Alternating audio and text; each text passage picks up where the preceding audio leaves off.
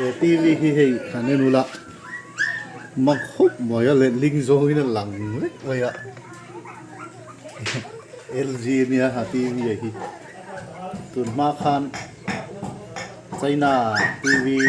32 inch tin khan le sang ngaman borvel smart TV kalaya mira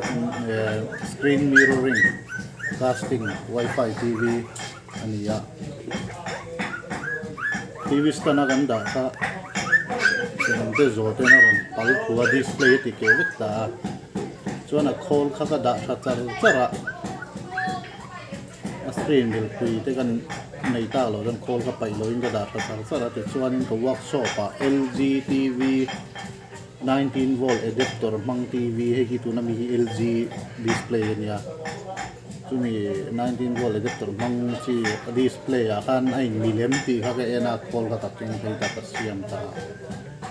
a mil chum hila ma se lem hi le lingzong hila long tat maya a ti ngai na vak ka se to si lo wa resolution nge mo software manga ti dik ngai ning ka sia CRT a chuanin horizontal line kha kan wiring ka kan ti le ling maya he na chu teng chu om ve to si lo wa he stana ni chhuat a ka da ti chuan hei 29 TV om thowa hei CRT chunia hei LED TV nia ale lingzong ka khai mai ngai to na ti lai thing vai tere te ti ta hian ka khai men da te hemi CRT TV chung chen ka khai men da te ron a kholi chunga hianin huwa chok te rin da chuan he la hian a mena panel hi a remote chu ni mai a ta hian le lingzong ka khai do na ni ka khai mak to mai a an on sinanga ei Samsung CRT TV remote pon lo mila kala mang chin phot ni remote pa ai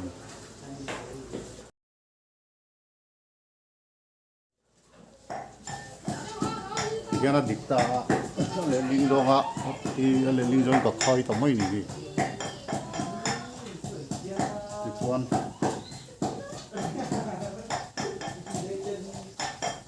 screen casting kasona mira ka sa yan den katianga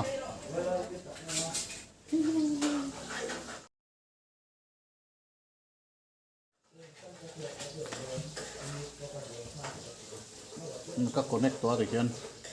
phone hi connect to phone hi yan phone YouTube ka ro den dan YouTube ka video hi play chinanga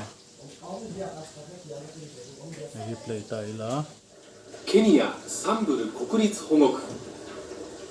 screen hi オリックスの赤ちゃんがお母さんにおっぱいをおねだりしています。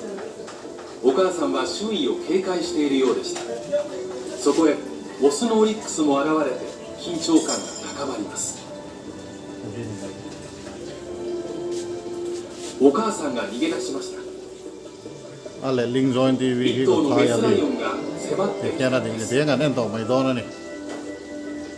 ジグザグに走って逃げるお母さん。取り残